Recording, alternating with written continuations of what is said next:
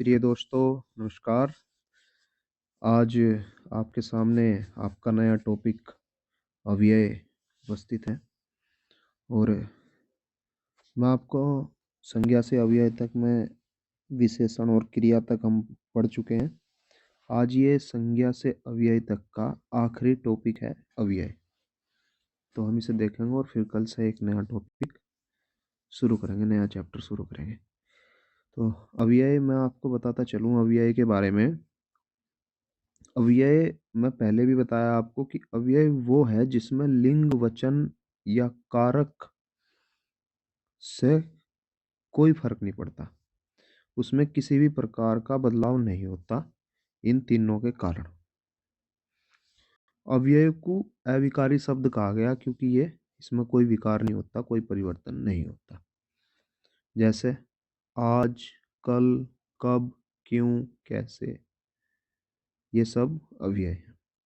अव्यय के 4 भेद हैं। एडवर्ब, क्रिया विशेषण, इंग्लिश में भी आप पढ़ते हो।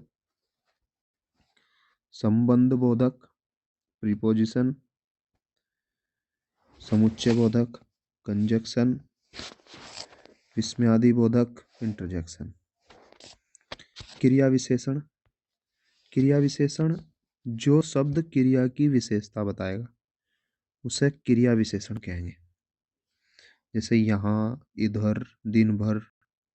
मैं आपको कह दूं कि आपने आज दिन भर पढ़ाई की, तो दिन भर पढ़ाई की तो किसकी विशेषता बताई? पढ़ाई की विशेषता बताई कि दिन भर की। तो ये क्रिया की विशेषता बता रहा, इसीलिए ये क्रिया विशेषण है। मजदूर को कह दूं कि आपने आज जरा सा काम किया, जरा सा काम किया, तो काम की विशेषता बता रहा क्रिया की, तो ये भी क्रिया विशेषण। अगला है संबंध बोधक, प्रीपोजिशन। प्रीपोजिशन जहां संज्ञा के बाद आकर के कोई शब्द उस संज्ञा का जो संबंध होगा वो वाक्य के अगले पदों से जोड़ देगा, अगले शब्दों से जोड़ देगा। ठीक है। जैसे मैं कह दूं कि आप आगे मत चलो, तो आप कह दो ये तो सर्वनाम हो गया, इसकी जगह राम लिख दो। राम आगे मत चलो। तो जब राम आगे मत चलो तो संज्ञा है, संज्ञा के बाद में प्रीपोजिशन, संबंध बोधक आ गया, और इससे पूरे से संबंध इसने बनाया कि ये आगे चलने के लिए मना कर रहा है, कर्ता को, संज्ञा को आगे चलने के लिए मना कर रहा है, तो संबंध बोधक। उसके बाद समुच्चय बोधक, कंजक्शन। कंजक्शन का प्रयोग संयुक्त वाक्य में भी होता है।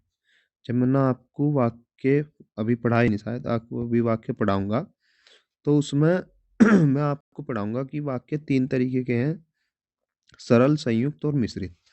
तो उसमें एक वाक्य आएगा संयुक्त वाक्य। उस संयुक्त वाक्य को यहाँ से ही वो समझा जा सकता है क्योंकि यही उसकी पहचान है। 2 वाक्यों को जोड़ने का काम समुच्चय बोधक अव्यय करता है।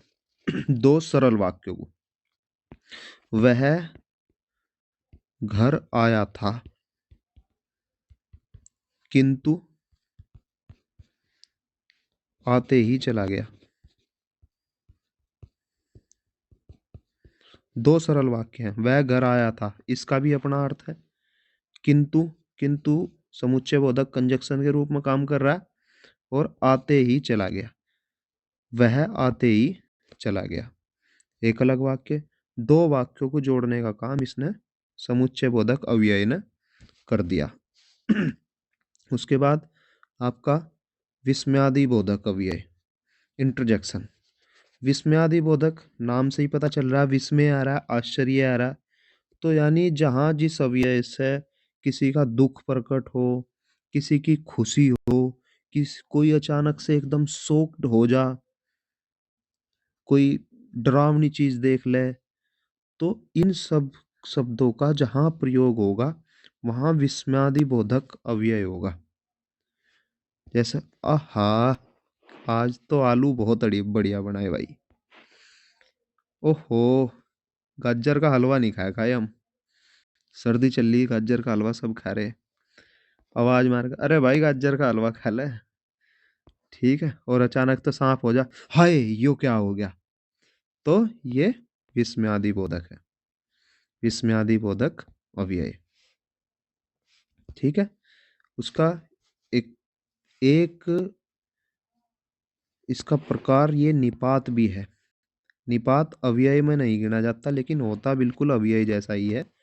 यह शुद्ध अव्यय नहीं होता है, पर जिस भी वाक्य में किसी विशेष अर्थ पर बल दे दिया जाए कि हाँ, विशेष अर्थ का बल मिले कि ये काम इसने ही करा है या ऐसे ही होगा, तो वहां निपात का प्रयोग होगा। जैसे मैंने इसमें उदाहरण दिया, उसने ही चॉकलेट खाई है, यानी किसी एक आदमी को इंडिकेट कर दिया कि उसने ही चॉकलेट खाई है।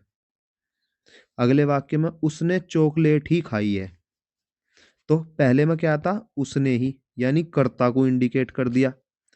और दूसरे में क्या है कि उसने चॉकलेट ही खाई है, मतलब उसने कुछ और नहीं खाया, यहाँ कर्म को संकेतिक कर दिया, कर्म की तरफ संकेत करा। तो जहां विशेष बल दिया गया अर्थ पर, देखो यहाँ कर्ता के अर्थ पर विशेष बल दिया गया, यहाँ कर्म के अर्थ पर विशेष बल दिया गया, तो इन शब्दों को निपात कहा जाएगा। जैसे हाँ जी, नहीं, कि, तकरीबन। तकरीबन तकरीबन उसके जैसा ही दिखता था, तो एक विशेष अर्थ दे दिया कि हाँ, उसके जैसा ही दिखता था। लगभग, क्या टाइम हो रहा होगा भाई, लगभग 10 बज रहे होंगे, तो 10 बजे को इंडिकेट कर दिया कि हाँ लगभग 10 बज रहे। केवल, तक, भी, ये सब इसी के उदाहरण हैं। आज आपका अव्यय इतना ही रहेगा। कल मिलते हैं एक नए चैप्टर के साथ। उम्मीद है आप लोग पढ़ रहे होंगे अच्छे से। पेपर की तारीख दिनों दिन नज़दीक आती जा रही। अच्छी तरह तैयारी कीजिए, अच्छी तरह समझिए, और कोशिश करिए कि आप हिंदी में बहुत अच्छा स्कोर कर पाएँ। इसी के साथ आज की राम राम। मिलते हैं कल एक नए चैप्टर के साथ। जय हिंद, जय भारत।